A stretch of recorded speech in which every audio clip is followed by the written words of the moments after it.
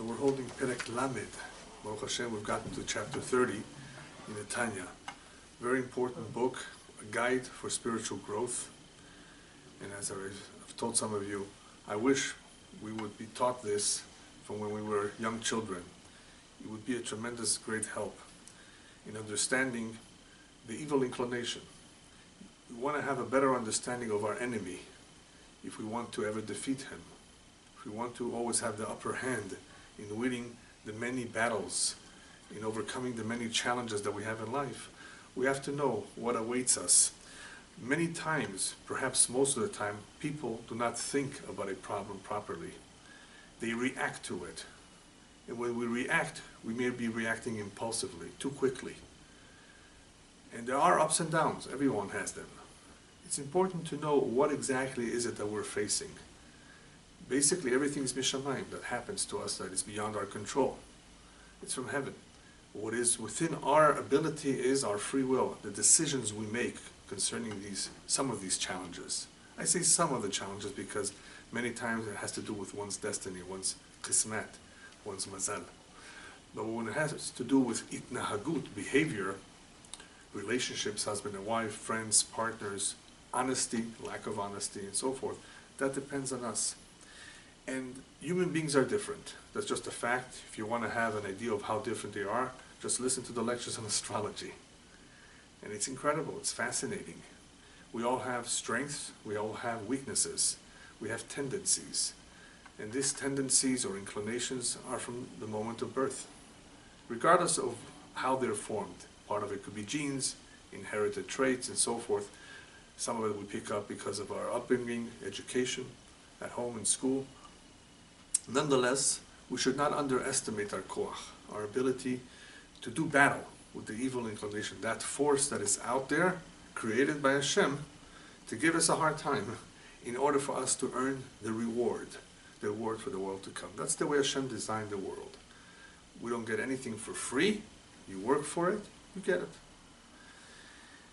In the past few chapters, we were introduced to various types of impediments, obstacles that cool us off, discourage us, give us a hard time in Avodat Hashem, in the service of Hashem. One of those is Timtum HaLev. Timtum HaLev, as was described in the previous chapter, has to do with a lack of sensitivity. There's a certain blockage in the heart. And we gave the example of how the arteries can sometimes be blocked. And that we can understand. The consequences of something like that we can actually feel, see, to some extent, what it does to the body, especially over time. But the same is true with the spiritual soul, with the spirit. There could be a certain blockage, and when we talk about blockage, essentially it's the blocking out of Hashem's light, the divine light. The neshama ha'elokit, the divine spirit that also resides within us, is really pure. It has no interest and is not compatible with the guf, with the nefesh habehemi, with the animal soul. Nonetheless, it serves as a guide. It is the captain of the ship. It's the main decision maker. Whereas the nefesh habehemi, the animal soul, is the one that is in charge, responsible for the physical body. We've got to take care of this vessel. It's a holy vessel, but it has an animal spirit. It is physical in nature. Therefore, it desires that which is physical, that which belongs to this world. So there's this continuous struggle between the two of them. And we call these forces the Yetzer HaTov, the power of good, the good inclination, and the Yetzer Hara, the evil inclination. In some ways, these are powers that are continuously pulling in opposing directions, very, very opposite directions. And that is partially to blame why people make mistakes that they later regret, because they succumbed to the wrong inclination. Instead of listening to the good inclination, to their conscience perhaps, they sometimes succumb to the evil inclination because of a conflict of interest or whatever. Timtum HaLev, as was described before, is a blockage that makes the heart, which is supposed to be the channel through which one has feelings, emotions, and develops the love and the fear for Hashem. Important characteristics in the service of Hashem. If one does not love Hashem, one does not fear Hashem, one does not look forward to doing His will, then it could be very, very much boring to him to do a mitzvah. And worse than that, he could look at it as a burden and at some point let go of it. If that's his attitude, that's the way he feels. So Timtum Alev is very serious. And many people have this Timtum Alev, this blockage, in various degrees. But what happens to all who have any degree of Timtum Alev is that it diminishes the excitement, the hitorerut, for an individual to want to be mitbonen begadlut Hashem, to want to desire, to have an interest, to ponder the greatness of Hashem. Because if one were to do that, whether it's in a laboratory looking at the design of the cell, or whether using a telescope and looking at the galaxies, I mean, it's amazing. There's so much to see, even though we don't see everything, there's so much to see that is really amazing, especially with the technology that we have today. And in the past, when we were told that it's a good idea to ponder the greatness of Hashem, we did not have these kelim, we did not have these tools. But still, it involved some sort of idbodedut and idbonenut, taking time out at night, going out and speaking to Hashem, and looking at the creation as best as possible, looking at the human body. And this kind of idbonenut would be very helpful. It would help us to some extent humble us in realizing how small we are, how dependent we are in Him, and so forth. So when a heart is adish, when a heart is indifferent, when it does not have enough sensitivity, it doesn't take the time to think. The majority of the world doesn't stop to think about their fate, their destiny. What am I doing here? What is my mission? What does Hashem want of me? Why not? There's totally not enough awareness, definitely not enough sensitivity, especially those individuals who focus very, very much on materialism. The more materialistic an individual is, the more physical he is, that's where his interest is going to be. Most of his time and money will be spent on physicality. So the advice he gave us so far for dealing with Timtum Alev in the past chapters had to do with ways of weakening the sitra achara, crushing it, humbling it, bringing it down from its arrogance, because that's what it does. Through its arrogance, it gives us the impression that it is important. You know, I'm important. Money, that's what some people think is important, and that's all coming from the sitra achara. This is not coming from the kedusha. Kedusha tells us or teaches us, listen, money is a means to an end, but it's not an end in itself. That's what Kedusha can teach. Whereas the Sitra Achara will tell you, no, this is an end in itself. This is an idol. This is important. So as we explained, that is part of the gasut of the klipa, of the impure shell, that has a certain gasut, a certain arrogance, a certain coarseness as well. And it blocks that light. It blocks that beautiful light. And people are not able to see clearly what is really important in life and what's not so important.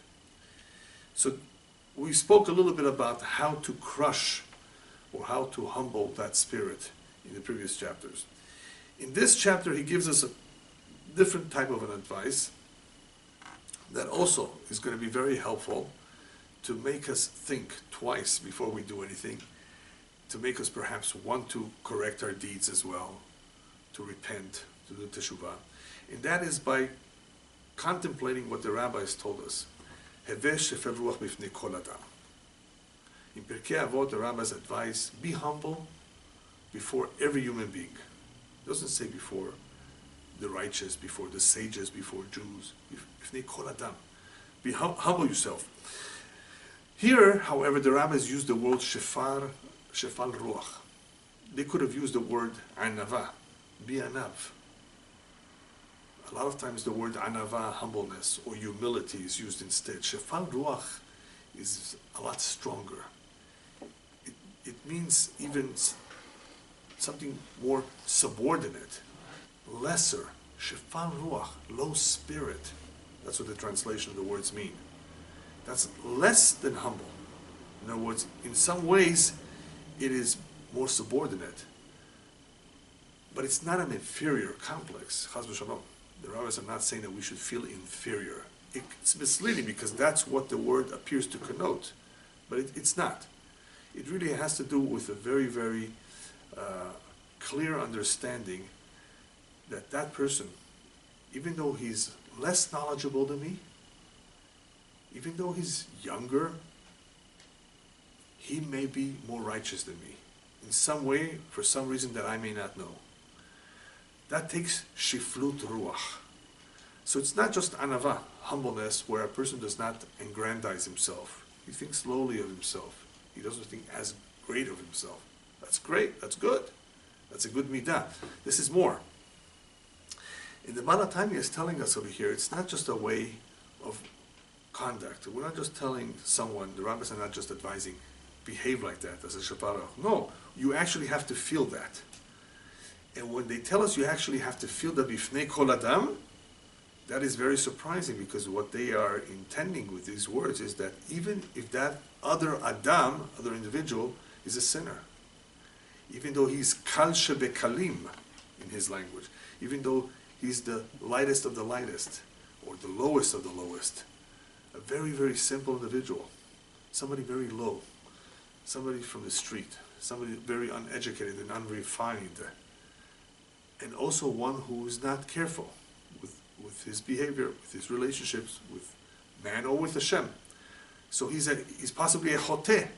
Even before him I have to feel humble or shifar ruach. Why? What is this going to help me? With what?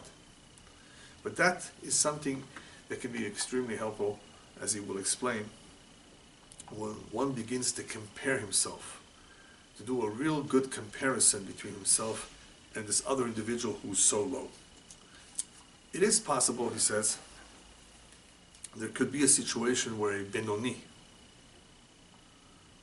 I'm using the term benoni, in other words, an average individual who's a good individual, who's not a sinner,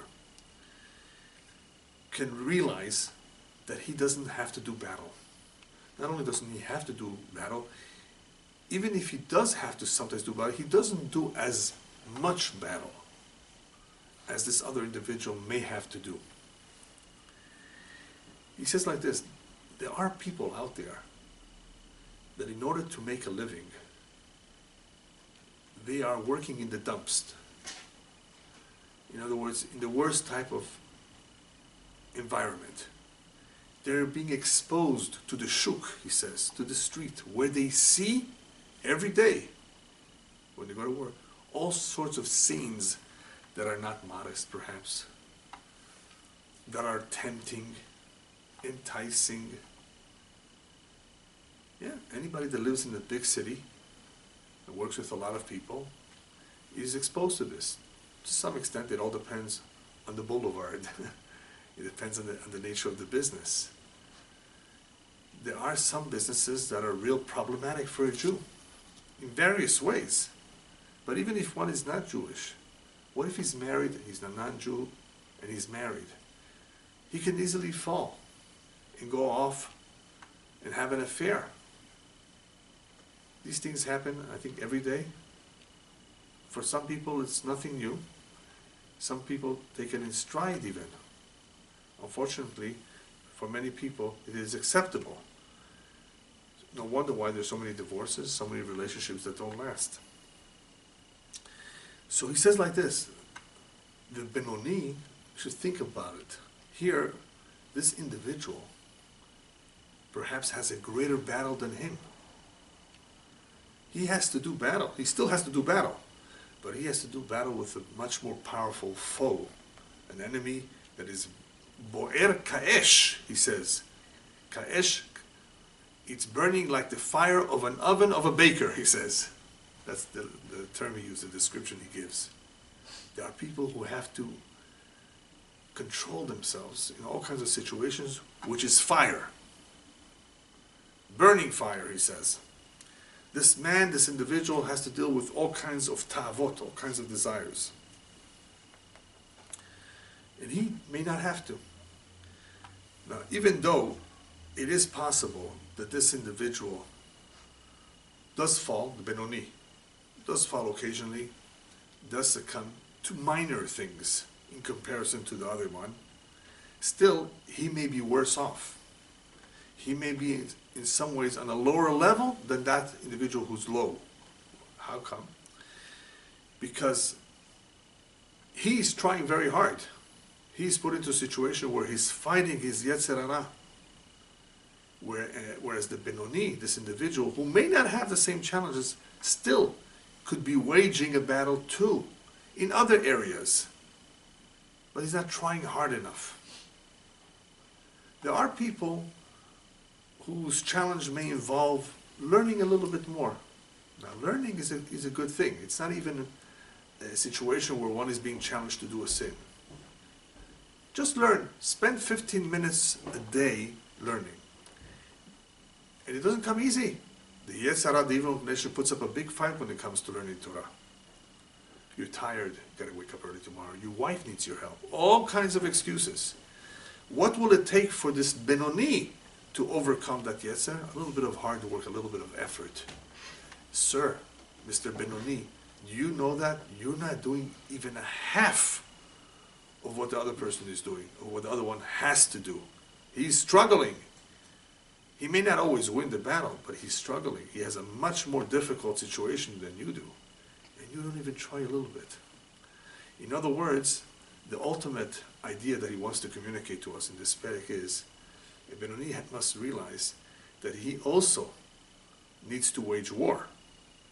He has to be better than what he is now. He has to grow, continuously grow. And if he's not trying as hard as he could, then he's less than that other individual who may be sinning, but he has a whole different set of circumstances. His job, his war, is a more difficult war. If you want to compare yourself to him, then you have to do at least something that is hard for you too. And if the Benoni doesn't do something which is a little hard for him, a little bit of a sacrifice, then he's less than that individual who's a sinner. This is amazing. So you see where he's headed? To be humble before every human being. Yeah. You don't even know what he's going through. That is why the rabbis tell us, a very important idea is, Al tadun et chavercha shtagia limkomo. Don't judge another individual until you are in his shoes. People think they would act differently. Oh, if I had $10 million? No, not me, because I don't need it. Baruch Hashem, I don't want it. But some people claim, oh, Hashem, if you only gave me $10 million, I'm telling you, I would do this for tzedakah, I would build this school, I would do this and this and this and this and that, a whole long list. Do you think they ever do if they got the money? No, most people don't. They forget that the Yetzer Hara grows with the money. And I told you once, perhaps, the story with this individual who was just beginning his life. He asked a blessing from the Chafetz Chaim, the big tzaddik, Chafetz Chaim. Rabbi, bless me that I should be wealthy. Why do you want to be wealthy? The rabbi asked him. Because I want to do a lot of tzedakah, a lot of mitzvot. So the rabbi says, okay, I'm going to give you a blessing, but remember your promise. That as soon as you make it in life, you'll be a giver. Some time went by, a couple of years, and the rabbi, the Chafetz Chaim, visited the town where this gentleman was, and he in fact did prosper. Very, very much. But the more he prospered, the stingier he became. He used to give tzedakah when he was not so prosperous. When he became very, very prosperous, he stopped giving. So this man saw the Chafetz Chaim coming to town. He went to greet him and he began to cry. He says, what are you crying? I heard that you made it. You're successful. You prospered. He says, Rabbi, I'm crying at myself because my hand is closed like a fist, clenched. I can't open it. And he was crying. And the Chafetz Chaim smiled at him and says, what do you think? That the Yetzer Hara that you had back then when you were not so rich would stay the same? Your money would grow and the Yetzer would stay the same? You're mistaken. As soon as the money grew, the Yetzer grew with it.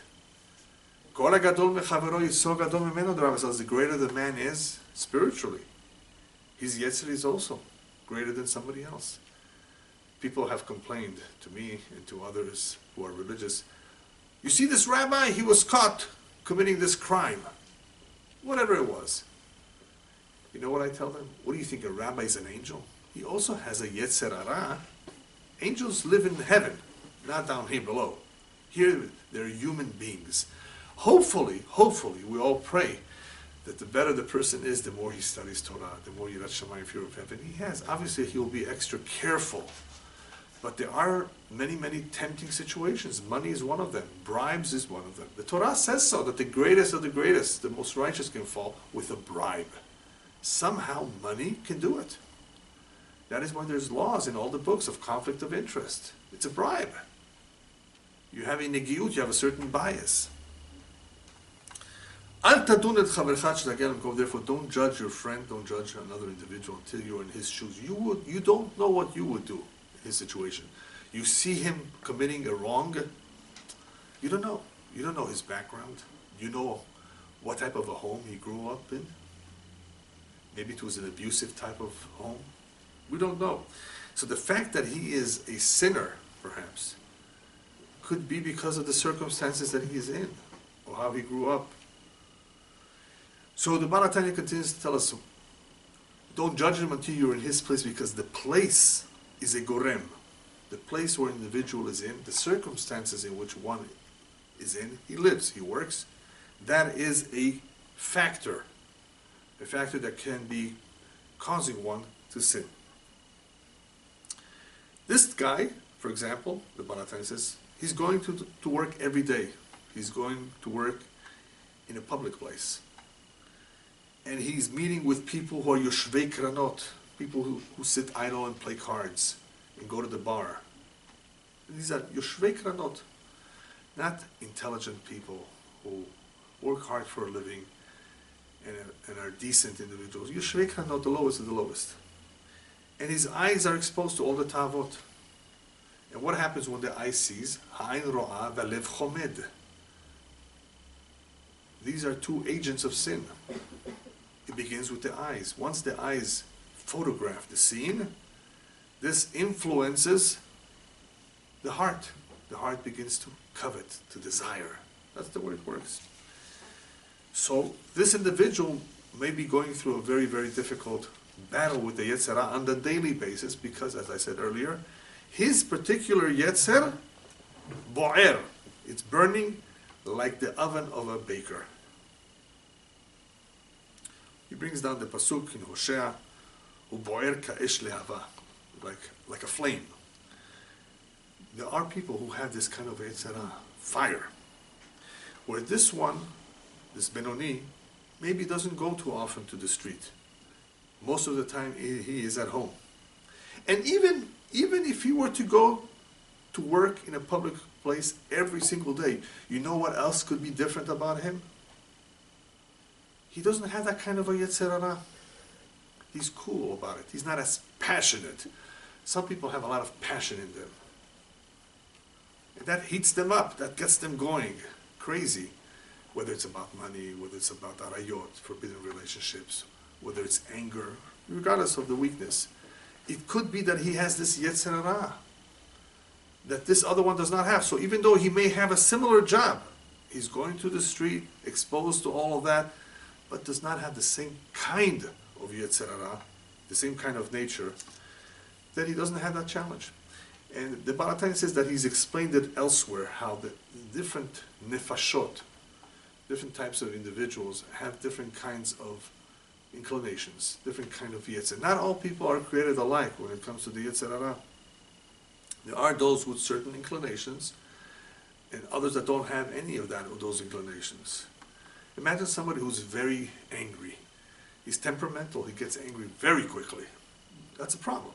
Not everyone is like that. So he has a big challenge, controlling himself. Others have a bigger problem, with money. But it's not a problem of spending it. It's not that they are chasis. They are bachil. You know the difference?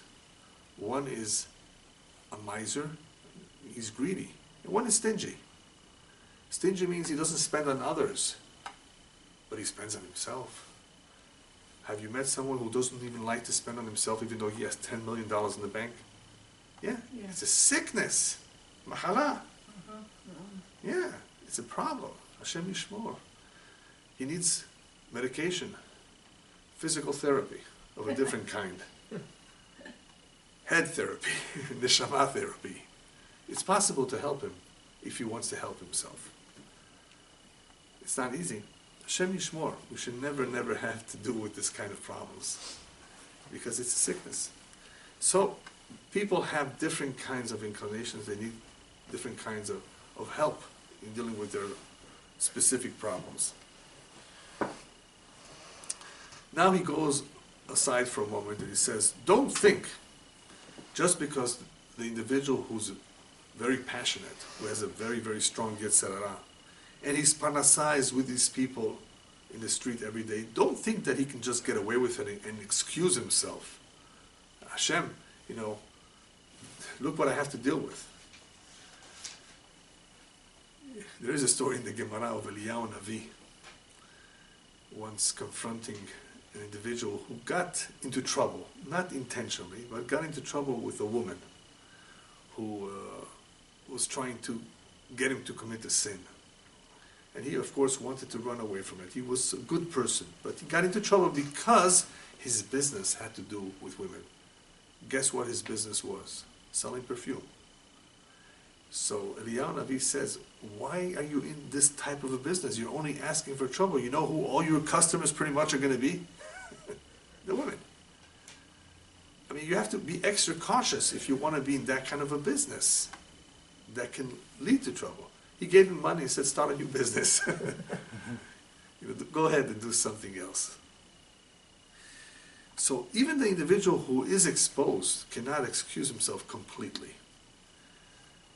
That he's just, falling and committing all kinds of sins. The Baal HaTanya says, even he, regardless of the situation he's in, is called a Rasha Gamur. Why is he a Rasha Gamur, an evil person, a wicked person? Because he's not even adapting any Pachad Elokim. He's not adopting no Pachad, no fear of Hashem at all. Hashem has given you enough of an intellect that is with you from the moment of birth. That intellect is stronger than the heart. That intellect is capable, if you let it, to overcome any desires that are wrong, any prohibited, passions. You have the ability to control yourself if you have the Pachad Hashem. If people don't have the fear of Hashem, then they don't see any reason, any incentive to hold themselves back. Why should somebody want to be a better person? He has a lot of money, he has a family, right? He has a job. Think about it. Why should he strive to be a better person, more refined character? There's nothing in his book, he's not Jewish, telling him to do that. It's just that it's a nice thing. Be humble. Don't be arrogant. Why should he? A Jew needs to strive to become a better person because he understands that part of his mission in this world is to refine one's character, to be a better person, so he can serve Hashem better, to maximize his potential. How does one maximize his potential? First of all, he should get married. Without marriage, the Zohar says you're half of who you could be. You need help.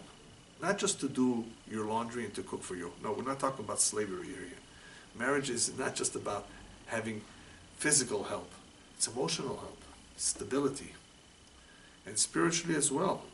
The woman knows the man better than anybody else, better than your mother, your wife.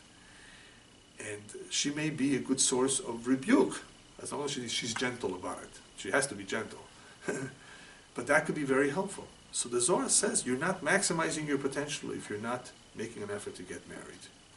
It's not only about the mitzvah of having children, it's not only about transmitting the torch of Judaism to the next generation.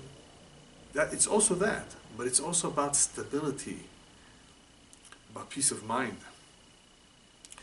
and about being able to build a beautiful home on the foundations of Torah, where the Shekhinah, the divine presence, can reside.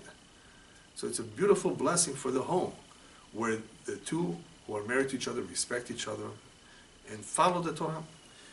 So in the same way man can maximize his potential by marriage, he also can do so by working on his character, by learning Torah, by elevating his soul to a higher level.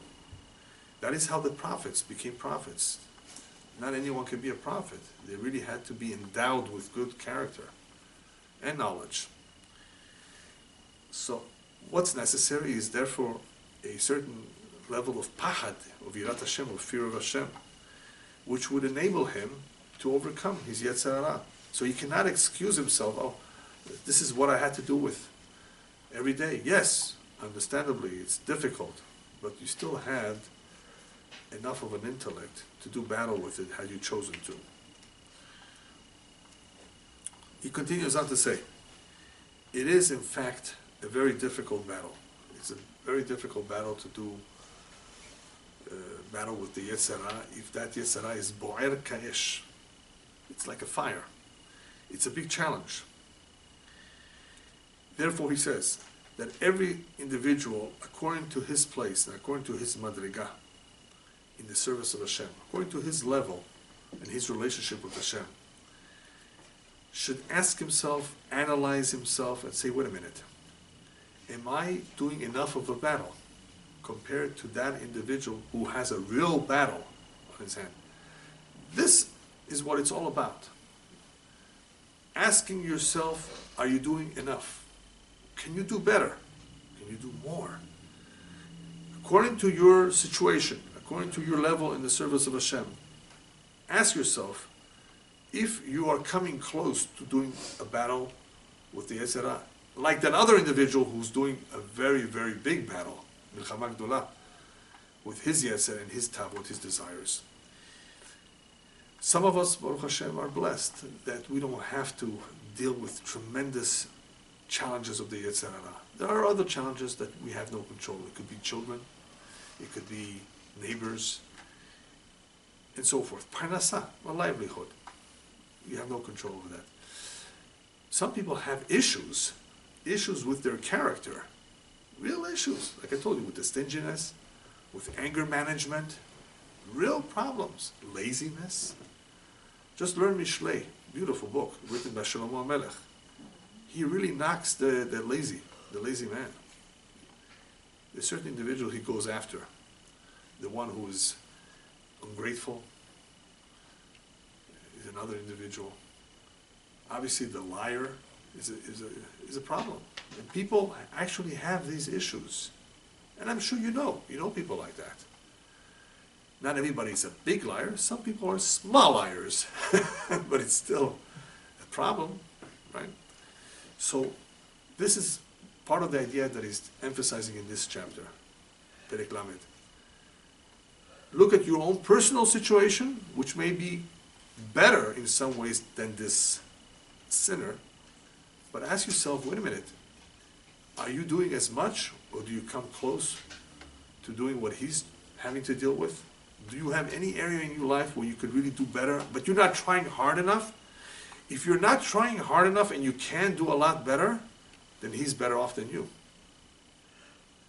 Even though those issues that the Benoni has to contend with are minor in comparison to this other individual, they're minor. And he gives examples. Let's say you have to contend with tefillah. The tefillah really could be with a lot more kavanah. The tzedakah could be with a smile. There are people that give tzedakah. Baruch Hashem, they give charity. They're able to give. But they don't do it with a smile. They're very not so happy that somebody just knocked on their door. But they control themselves, they give. Baruch Hashem, they have money, they can give. That's a challenge too. But that they're able to control themselves. They can write a check. They can give a few dollars. They can perhaps give more. But what about a smile? What about saying a kind word to the individual? People don't realize that sometimes, and actually many times, the kind word and the smile does a lot more to the poor individual than the money you gave him. This man needs $25,000 right now, perhaps, to marry off a child, or for some operation, or he's in debt because he was swindled. I get all these stories every single day of the year, except for Shabbat and holidays. All kinds of stories. A guy was swindled, he used to have a lot of money, he used to do well. He used to help others, now he has to beg for money. I'm telling you, and these are real stories. The wheel of fortune, turn around. They need encouragement. They need a little bit of advice. Not because how much can you give them? You're not going to give them the $25,000. You're going to give them $18, $36, $54, $100, depending on how much you can give. Right? They need a lot more. So the kind word, the sensitivity, the consideration, a glass of water, spending some time and talking to them, that's the greatest thing you can give them. Attention. At home too, men and women. One of the most valuable, precious gifts that a man can give his wife is attention. To give it time. They need it. And they want it. And sometimes they demand it. And the men don't always provide it for a variety of reasons. So this is an example, just a quick, small example of areas in one's life who's a Benoni. In other words, he's not a sinner so much, that he can improve. And if he's not trying hard enough, then he doesn't come close to this other individual who has to contend with difficult battle, anger management, or other issues. Tavot, he loves to eat. And he's become obese. And every time he sees food, he goes crazy. Some people have this problem. So therefore he says, these type of challenges for an average individual can affect him in the area of aseh tov, not in surmera. There's surmera, stay away, abstain from evil, and do good. So there's two sides to the coin. We have to do good things and abstain or stay away from doing that which is wrong. So this individual who's a Benoni may not have so much of a challenge in surmera. He's not being challenged, nobody's bribing him. He doesn't have anger management. He's not dealing with staying away from evil. But the area of aseh tov is lacking in his life. Do good. You can do better in this area of doing good. How? Well, it begins with tefillah. Tefillah with kavanah. You can pour out your heart. Did you pour out your heart until you're completely exhausted from pouring out your heart? Did you do it that much? And he says, and there are ways that one should pray, that one should try harder to pray with kavanah, to pour out his heart, to do battle with his guf and with the nefesh ha-behemit, with the animal soul that's in him. Because ultimately, they are the culprit. They are the ones that are holding him back from having the proper kavanah. Imagine somebody who becomes tired very quickly, or lazy. He may not take the time to use hitbonenut, to ponder the greatness of Hashem, to examine his life, to see what needs to be done differently, perfected. So therefore he says, during the prayer, this is a time to be extra yagea, to make an extra effort, to put much more effort and immerse oneself in the tefillah, to make the body work harder. Because if you do so, then it is possible that later on the body won't be as tired, as dull, and lack the sensitivity, because you have gotten it used to working hard. So even before you begin with the prayer, he says, grind yourself. In other words, get ready for the prayer, as many rabbis used to do in the time of the Gemara, to prepare themselves for the prayer. They used to prepare themselves in a way where they were composed, where they were focused, where they were in the right mood, so they can take advantage of those few moments of communicating with Hashem, that their prayer should be as effective as possible. So in order to be able to connect to Hashem in a powerful way, one obviously has to do something of a preparation and not just rely on his body to work in automatic mode. It will fall asleep. It will get tired. You have to make it work harder. You have to intentionally have a better focus, a better kavanah, by preparing oneself, or by telling yourself, this is what I'm going to do. I'm going to pay attention to every word. I'm going to answer amen every time I hear a blessing. Doing something that does not come naturally, but making an extra effort to get it right. As he explains in chapter, I think, 42, there are certain things that really give the body a hard time. They disturb us. They interfere. And we don't want them to interfere. I'm going to just randomly take the example that I've shared with you in the past about one whose eyes are open during the Amidah because he wants to read the text from the inside, which is good, but the problem is he's tempted to see who just came in the room. You're praying now. Why do you care who just came in? You're curious? That's not a good thing to do. Why are you curious? Who came in? Focus on the tefillah. Worse than that is one who uses text messages in the middle of the prayer. You're text messaging now? This is a time of prayer. 30 minutes, 40 minutes, 45 minutes. People have a hard time these days, I am told, and I have seen it too. People are really succumbing to this yetzerah, to this curiosity of checking their emails while they're praying. Well, this is not the time to do it. They don't see anything wrong with it. And as he's going to explain soon, that's the problem.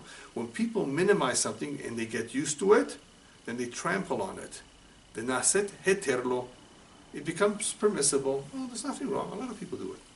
You see how they lost the sensitivity? How could you be doing? How could you even think that it's okay? So there are all kinds of things that can give us a hard time, give our body a hard time, that the body should not want to work hard, and we have to be aware of that. So long as, he says, the individual did not come to this point, to this level, or where he's doing battle with his goof, with his physical body, where he's challenging himself to do better, then he has not yet come close to the other individual who is lochem, who's doing battle with a fire like the fire of an oven.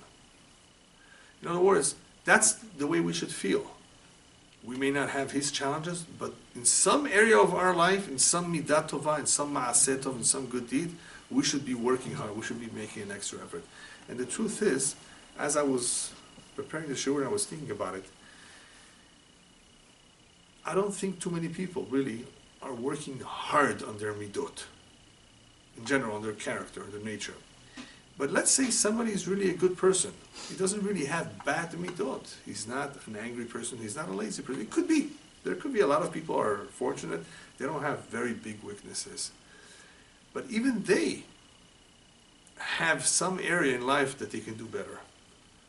Let's say somebody, all he does is read 5 pesukim of Tehillim every day. I took upon myself a beautiful custom habit of saying 5 pesukim a day. Come on, you can do better than that. You can finish Tehillim in 1 week. You can finish Tehillim in 1 month, depends how you divide it. Just say a little bit more. Oh no, that will take me another extra few minutes of my time. So, you don't want to sacrifice? You don't want to work hard? What are you, lazy? Don't you realize that this is important? And you can do it too. And the big accusation is against those that in that time that they could be learning Torah are reading the sports section of the LA Times or whatever newspaper. Sports is more important than this.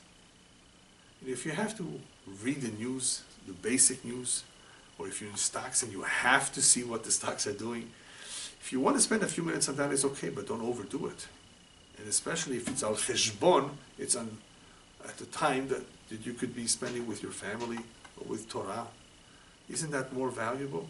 So everyone can find, he says, some area where he can improve. It doesn't have to be in sur merah, in staying away from that which is wrong. You're not doing anything wrong, but in that area where you can be doing good, you can do better. And if one does not try, he says, then he will not have the power, lachnia, the yetzer, to humble that yetzer, that evil inclination, because of the pachad of Hashem. He may have the pachad of Hashem, the fear of God, but he does not have the strength and motivation to humble that yetzer hara. So, B'kitzur, briefly, he says, this is really the standard. This is the standard by which one should judge himself and compare himself with others.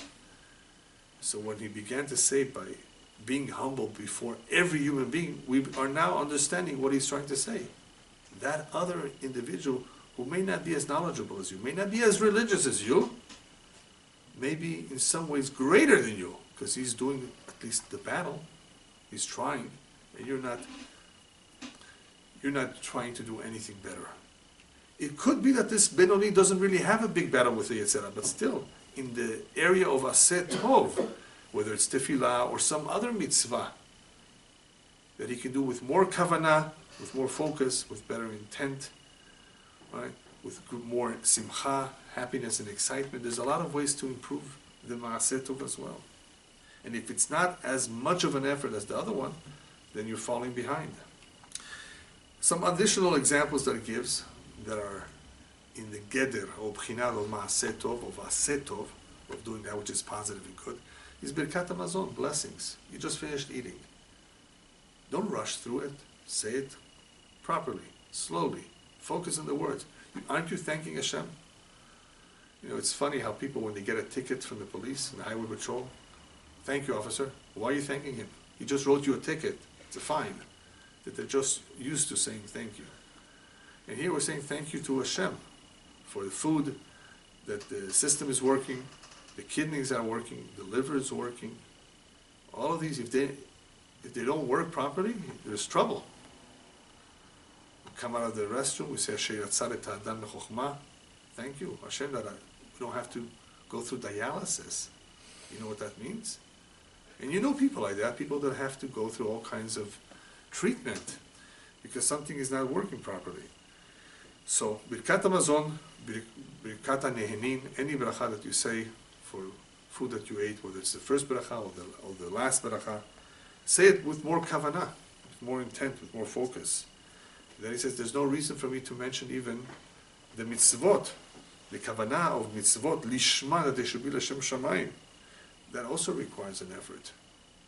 That's an area that is very much lacking for some people. They may do a mitzvah, as I said with tzedakah, but they don't do it necessarily l'shem shamayim, for the sake of heaven. They may do it for kavod, for their own honor.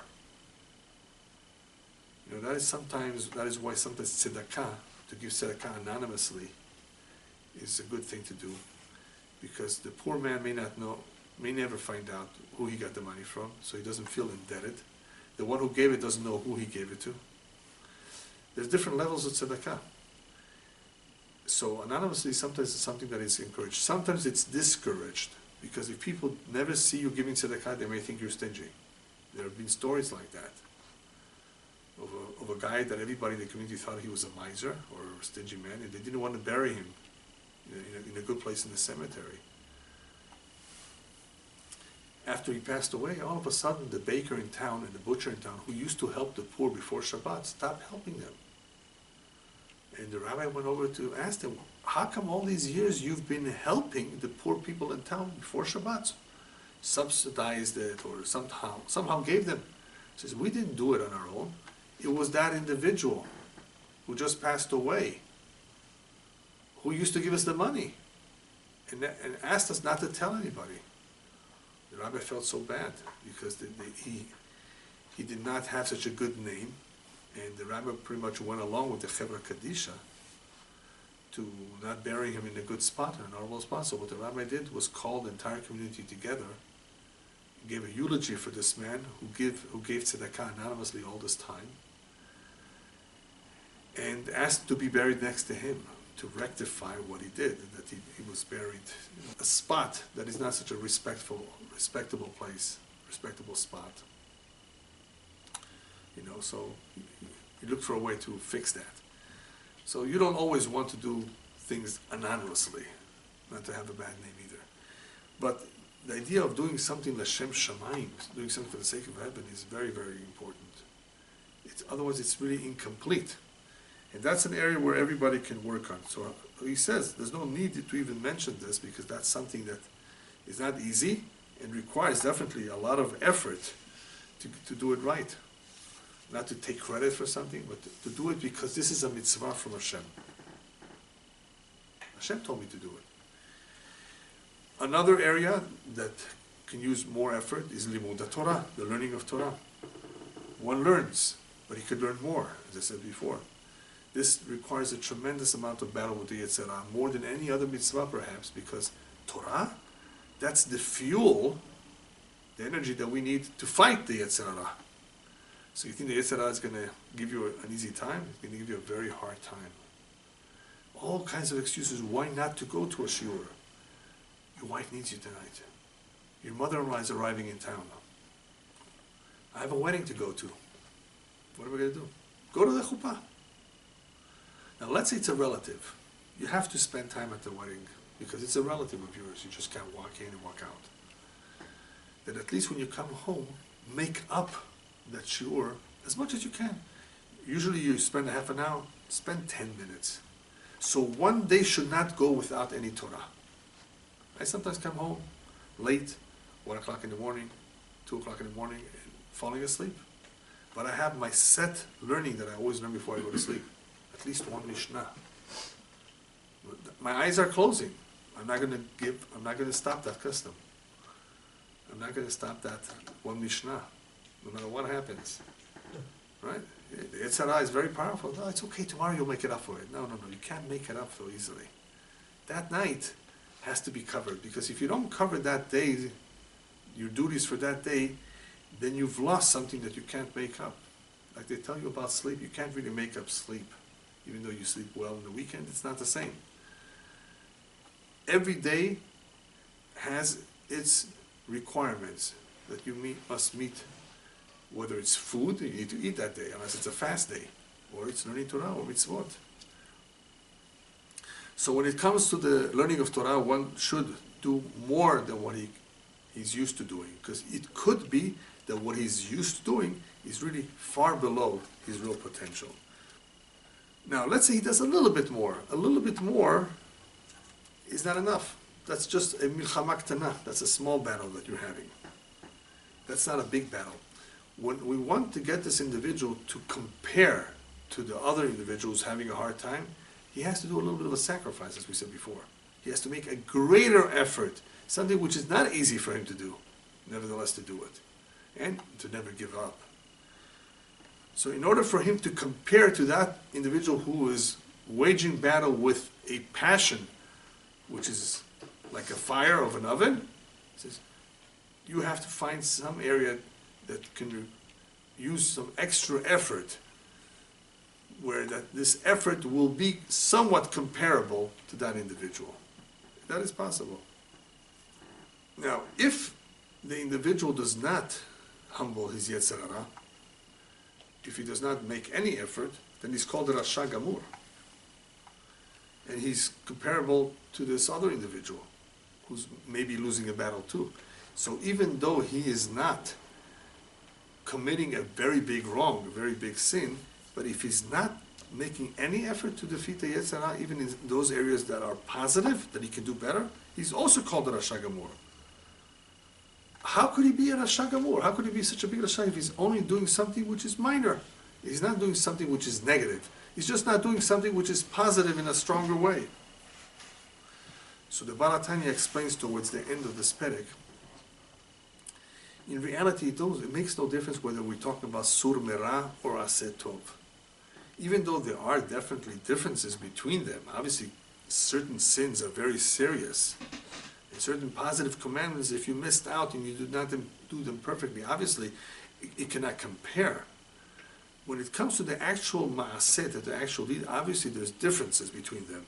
But here, that's not the case here. You know what we're talking about here?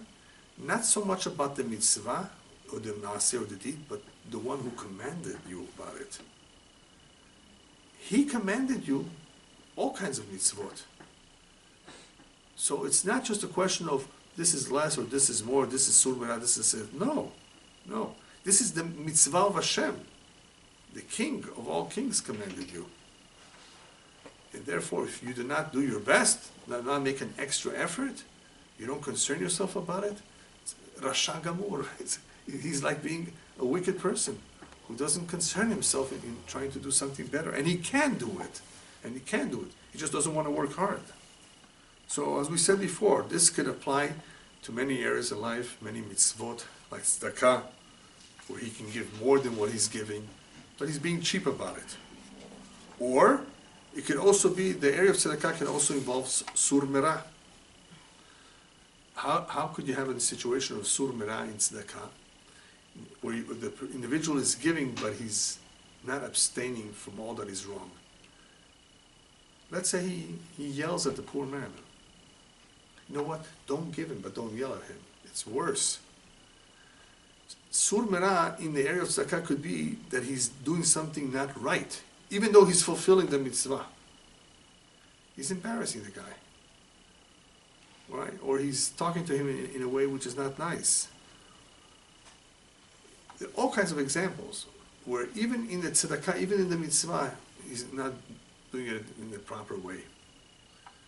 So he says like this: any individual that has some sechel, that has some intelligence, can examine his nefesh, can examine his soul, and find an area that needs to be improved, where he will see that maybe perhaps he's not completely sar, he's not completely removing himself from doing that which is wrong. Let's say somebody goes over to the door and tells the guy, listen, I'm eating dinner right now, or he sends the child, come back tomorrow. And the real reason behind it is not so much the dinner, it's just an excuse. That is the sur merah that applies to tzedakah, staying away from doing the wrong thing, even though you're technically going to perhaps see him the following day. Then why push him off now? Rabbis tell us if a mitzvah comes your way, don't push it off. It may never come back to you. This is the time to do it. Don't push off a good deed. What if the guy is leaving town tomorrow? You have here the opportunity of your life to be kind to him. And as the Zohar says, every knock on that door could be a lifesaver. It's a gift that Hashem is sending you from heaven. That tzedakah could save your life. Maybe the chas v'shalom, there was going to be a terrible accident. And you just gave that tzedakah, and that saved your life. We don't know. That's the way we should look at it. So there are individuals who need to work harder on removing that negative attitude that they still may have, even though they're doing some tzedakah. After all, he says, aren't we comparing ourselves to the guy who's really having a hard time, who's having a difficult battle? And we're not doing anything as close to what he's doing, not working as hard, at least in the positive areas, in the area of mitzvot. He says there are situations which are not as serious, perhaps. They're minor, but they also deserve our attention if we don't do our best to control them. He says, for example, there could be a time when somebody is tempted to talk about some juicy gossip. That's what he says, more or less. And you're getting involved. You're talking already about something, and it's continuing. And you don't have the guts, or you don't have the courage to stop it. Say, no, I'm not talking anymore. It takes courage. It takes strength. This is lashon hara. This is slanderous talk. Even if it's minor, gnai katan, it may be something minor about this individual. You might say, he didn't behave himself. You didn't really say anything terribly wrong about him. It's a gnai katan. And even he says, if it's only to absolve you, to tell people it wasn't me, and you want to talk about it because of that, you have to be very careful. He brings the example of the Gemara where one rabbi told his father, who was not very happy about a particular document, the way it was done. And the son says, it wasn't me. I wasn't the one that wrote it. Yehuda Hayat, Yehuda the tailor, was the one that did it. So the father says, no, don't go in that direction. That's lashon hara. Don't tell me who did it. You want to say you didn't do it? Fine. Be careful. That even though there are times when maybe perhaps you have to mention a name, you have to be very careful. There's halachot as to what constitutes lashon hara, slanderous talk and whatnot. So there are other examples like this where it applies to sur merah, to stay away from that which is wrong. Even something like kedoshim to you. The Torah says, be holy. Be holy. How am I going to be holy? Kadesh et atzmocha b'ma shemutar lecha. Not just to stay away from that which is wrong for you to eat, unclean, even if it's kosher food, don't overdo it. Vit kadishtem, vitem kedoshim, kedoshim to you. We have various pesukim in the Torah stressing this point. Hold yourself back. Hold yourself back. Why? Because you have to be holy. It's important that you be holy. Also about rabbinical decrees, he says. rabbinical decrees. Oh, they're just rabbinical decrees, they're not from the Torah. No. The rabbis tell us be extra careful with rabbinical decrees. In many ways, they're more important than the Torah. The Torah wanted the rabbis to have this jurisdiction. They wanted the rabbis to institute certain decrees to protect the Torah. So don't give it less importance. On the contrary, be extra careful with them. He says like this, but what happens in real life is a lot of times some of these things that we consider minor, Adam dash be'akevan, people get used to them. When somebody gets used to doing these things, even though they're minor, being used to it becomes heter. As I said earlier, when something is done a lot of time repeatedly, it becomes mutar to the individual. He doesn't see anything wrong with it. Now, if this individual is knowledgeable, he's a scholar, he learns Torah, and he really desires kirvat Elokim, he says, he desires to be close to Hashem, to have a strong connection to Hashem, and he still continues with these things repeatedly, then he says, Gadol avono mineso. His avon, his sin is very, very great.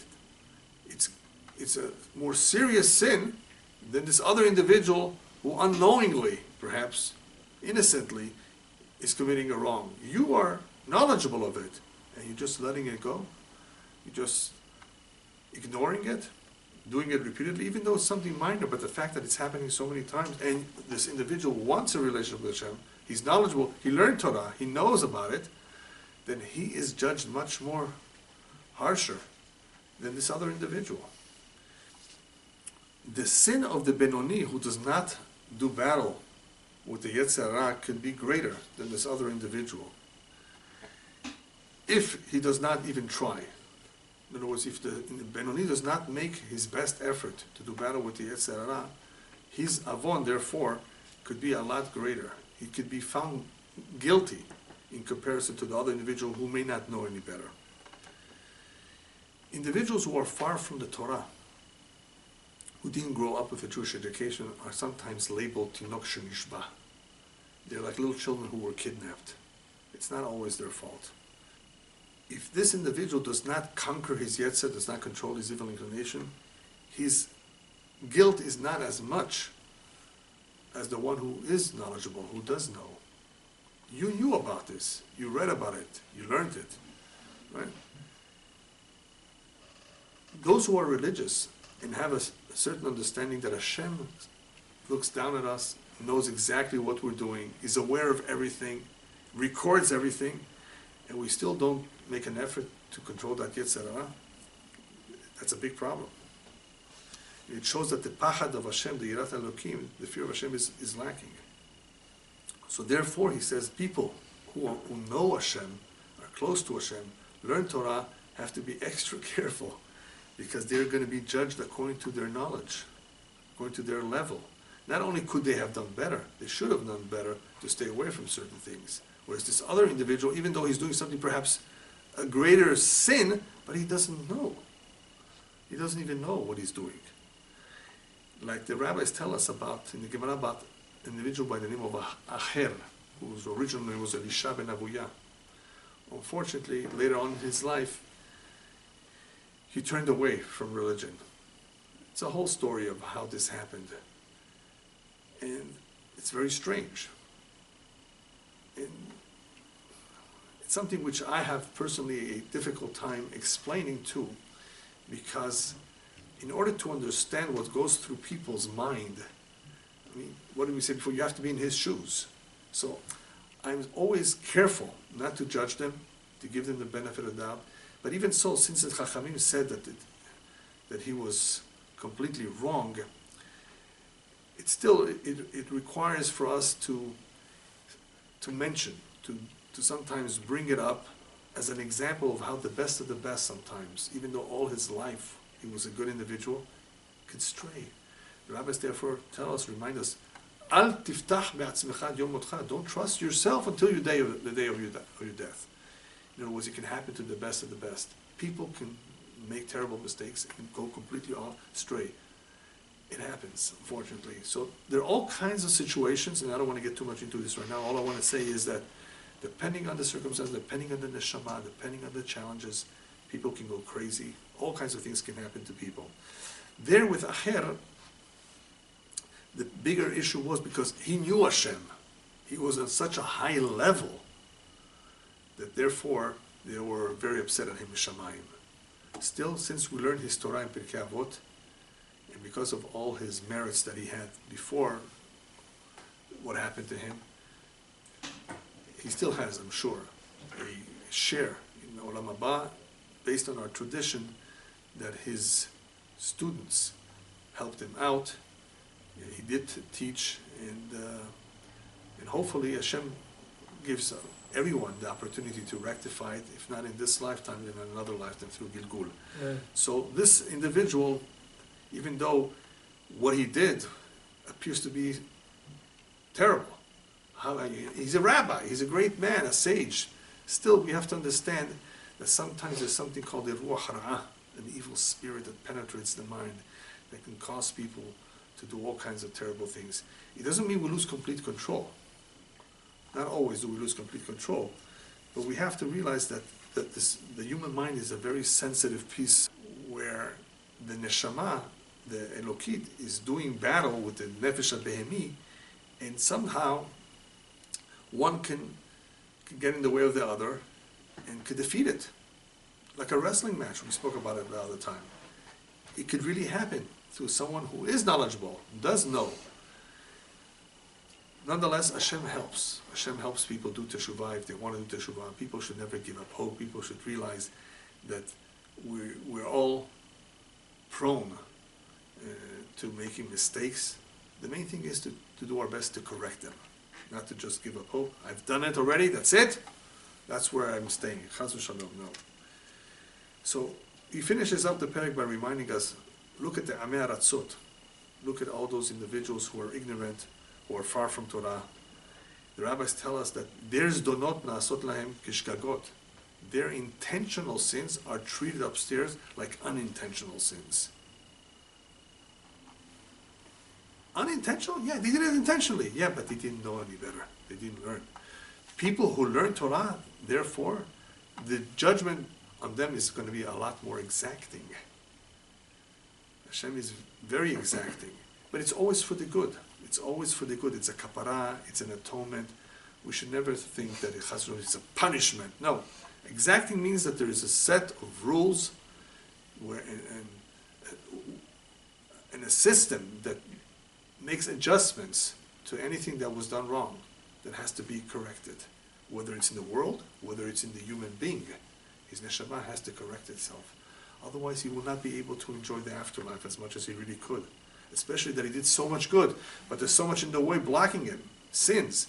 Got to get him out of the way. We have to clean him up. Therefore, the more one knows, the more exacting there will be of him. The less one knows doesn't mean that he's free to go.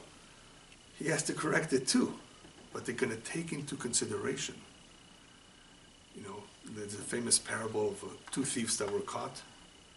One was the son of a rabbi, one was the son of another thief. There was two generations of mafia. The judge gave the thief, son of a thief, only 5 years in jail. The thief, the son of the rabbi, he gave 20. Everybody asked, wait a minute, they did the exact same thing. Yeah, the son of the rabbi should have known better. He grew up in a good home. This thief, the son of a thief, what do you expect? That's all he saw, right? Anyway, Hashem judges and evaluates every situation, depending on the circumstance, depending on our Yetzer Hara. Obviously, the more one knows, the more he is expected to work harder, to do better. And this hitbonenut, this analysis, the time that we take to analyze how we have to work at least as hard as this other guy is working in his challenges, that we have to become better in whatever it is that we are doing right, but to work harder and to make a great effort. So thinking about this will make us realize that we're not necessarily better than these people who are not religious, who are far from doing mitzvot, if they're having to do battle. If they're doing battle with the Yetzer Hara, I'm assuming they are. Obviously, if someone does not do battle, it's a whole different story. So, be careful. Be humble before every individual, because you don't know what this man is going through. You don't know his challenges at home. The grass is not greener on the other side. No. Everybody has their chavilah, their pekel, as we say in English, their package. their challenge, their mission, their issues that they have to deal with, and Hashem gives the tools to every human being to be able to deal successfully with that. Hashem will never demand of us something that we cannot do. But in that which we're doing, perhaps there's a good chance that we can definitely apply more effort to Bezat Hashem do a better job.